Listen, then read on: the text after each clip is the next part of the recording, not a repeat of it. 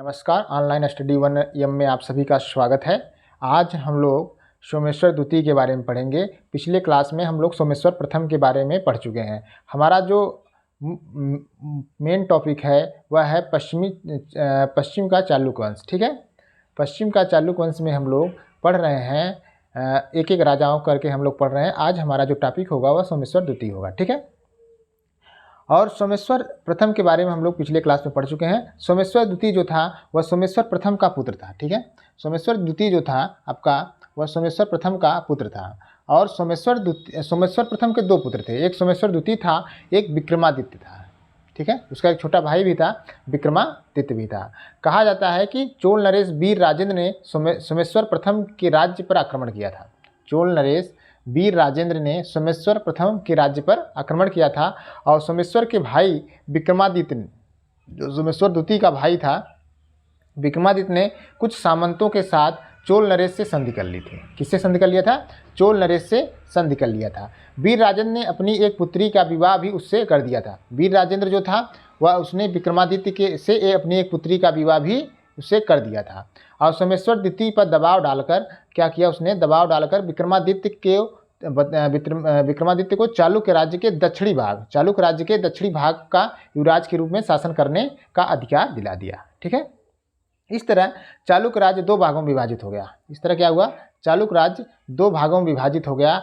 और ऐसा कहा जाता है कि सोमेश्वर ने पुनः अपनी स्थिति सुदृढ़ की और चोल नरेश राजाओं को अपनी स्थिति सुदृढ़ किया कली और चोल सेनाओं को अपने राज्य के बाहर खदेड़ दिया। ठीक है, और इसके एक लेख में सूचित होता है कि उसकी घुड़सवार सेना ने वीर राजेंद्र चोल को कल्याणी से खदेड़ दिया।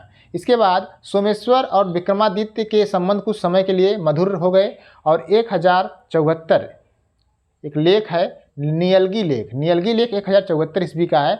इसमें कहा गया है कि महामंडलेश्वर विक्रमादित्य बंकापुर से भुवनेकमल की सेवा कर रहा था। महामंडलेश्वर विक्रमादित्य बंकापुर से भुवनेकमल यानी सोमेश्वर द्वितीय की सेवा कर रहा था। और सोमेश्वर ने अगला जो युद्ध हुआ वह मालवा के परमार राजा जयसिंह पर भी आक्रमण कर उससे पराजित कर दिया। सोमेश्वर ने मालवा का जो परमार राजा था उसके ऊपर आक्रमण कर उसे पराजित कर दिया और वह उसकी अधीनता स्वीकार कर लिया। कौन? मालवा का परमार राजा जयसिंह ने उसकी अधीनता यानी सोमेश्वर की अधीनता स्वीकार कर लिया। इस युद्ध में कलचुरी शासक कर्ण ने सोमेश्वर का सहायता की थी। कर्ण, ये जो कर्ण है, कलचुरी शासक कर्ण ने जो परमारों के साथ या मालवा के परमारों के साथ जो युद्ध हुआ उसमें सोमेश्वर ने उसकी सहायता किया था। कुछ समय बाद चहमानों के सहयोग से मालवा पुनः स्वतंत्र हो गया। कुछ समय बाद मालवा जो था वह चाहमानों के सहयोग से क्या हुआ? अपने आप को स्वतंत्र। अब देखिए, सोमेश्वर और विक्रमादित्य के जो संबंध थे अधिक समय तक अच्छे बने नहीं रहे, सौहार्दपूर्ण नहीं रह सके। ठीक है, 1070 ईस्वी में कहा जाता है चोल शासक वीर राजेंद्र की मृत्यु के बाद, कौन? वीर राजेंद्र की मृत्यु के बाद सिंहासन के लिए अधिराजेंद्र और कुलोतुंग के बीच संघर्ष छिड़ गया। किसके बीच? अधिराजेंद्र और कुलोतुंग के बीच संघर्ष छिड़ गया। तो विक्रमादित्य ने क्या किया?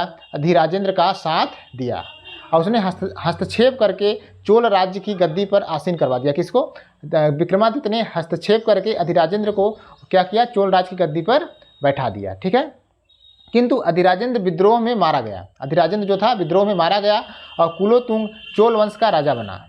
कुलोतुंग जो था चोल वंश अधिराजेंद्र के बाद वीर राजेंद्र के बाद कुलोतुंग जो है चोल वंश का राजा बनता है। और सोमेश्वर ने अपने भाई विक्रमादित्य के विरुद्ध अपनी स्थिति मजबूत करने के लिए कुलोतुंग के साथ मैत्री संबंध स्थापित कर लिया। यानी सोमेश्वर द्वितीय जो था अपनी स्थिति मजबूत करने के लिए क्या किया? उसने कुलोतुंग के साथ मैत्री संबंध स्थापित कर लिया। ठीक है,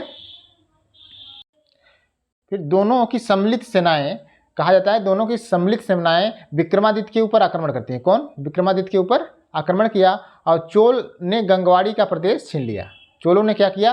गंगवाड़ी का प्रदेश छीन लिया। किंतु इस युद्ध में विक्रमादित्य ने सोमेश्वर को क्या किया? बंदी बना लिया।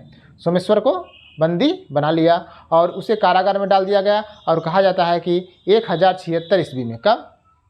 1076 ईस्वी में विक्रमादित्य ने सम्राट घोषित कर दिया अपने आप को। 1076 ईस्वी में विक्रमादित्य ने अपने आप को सम्राट घोषित किया और सोमेश्वर के अंतिम दिनों के विषय में कुछ भी ये ज्ञात नहीं है। कहा जाता है कारागार में उसकी मृत्यु हो गई। तो 1036 में विक्रमादित्य जो है पश्चिमी चालुक्य वंश का राजा बनता है।